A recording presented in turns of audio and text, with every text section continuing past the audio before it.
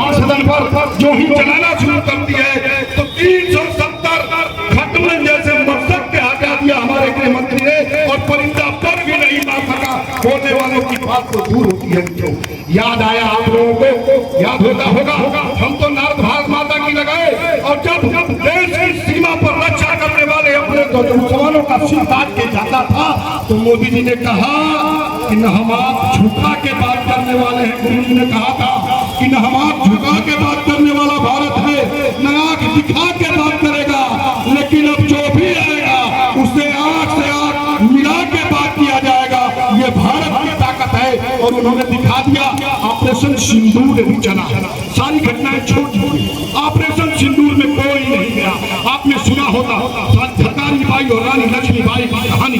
जो ही सिंदूर का नाम आता है फड़फड़ा उठते हैं नौजवान, तिरंगा लेके पूरे देश में दुर्गापुर में भी तिरंगा यात्रा नौजवानों ने निकाला।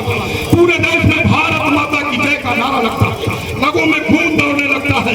लोग कहते हैं कि बदला लेना चाहिए, लेकिन मर्द और पुरुष की बात तो दूर, केवल 2 महिलाओं ने कहा कि इसका नाम है ऑपरेशन सिंदूर। 2 सोफिया अली और प्रेमिका सिंह, इन्होंने कहा कि मेरे भाई बैठे रहेंगे, सिंदूर का बदला तो केवल नारियां लेंगी। विश्व के लोगों को पता होना चाहिए कि उस काल में भी रानी लक्ष्मीबाई थी, इस काल में भी रानी लक्ष्मीबाई है। और आपको सौभाग्य प्राप्त है कि जो ब्रह्मोस मिठाई जिसकी सेलिंग और जिसकी बिक्री पूरा देश मांग रहा है कि ब्रह्मोस मिठाई हमें दिया, वो ब्रह्मोस मिठाई बनती कहाँ है? आपके ओर से बने उत्तर प्रदेश की योगी सरकार की देन है कि वो ब्रह्मोस मिठाई बनता कहाँ है?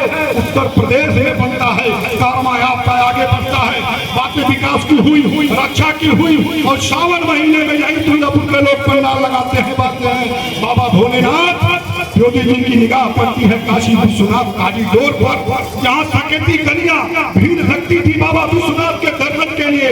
वहाँ भी कुछ लोग कहते थे कि वजू यहाँ होगा, शांति से आए, कॉरिडोर बनाए, गंगा जल उठाए और सीधे बाबा विश्वनाथ दिए गए और कहे बोले दोनों हाथ उठा के ओम नमः पार्वती पते हर हर महादेव। मित्रों, ये आपके वोट की ताकत थी।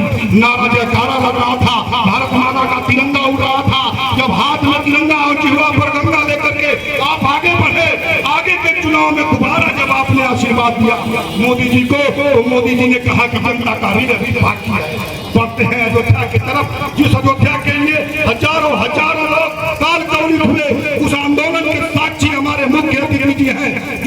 6 नवंबर की यात्रा को जब वो किया, जब बाबरी मस्जिद गिराई गई, उसके साक्षात गवाह हमारे मुख्य अतिथि जी हैं। लोग कल्पना नहीं कर रहे थे कि मंदिर बनेगा। मंदिर बनने की बात तो दूर, विश्व का सबसे बड़ा मंदिर मर्यादा पुरुषोत्तम श्री राम का बना करके, और मोदी जी ने सूर्य तिलक लगा करके कहा कि अब बोलो मेरे भारत के वासियों, क्योंकि मैं अपनी बारी को देता हूँ विराम, और आप सभी दोनों हाथ उठा करके बोलिए जय जय श्री राम। धन्यवाद।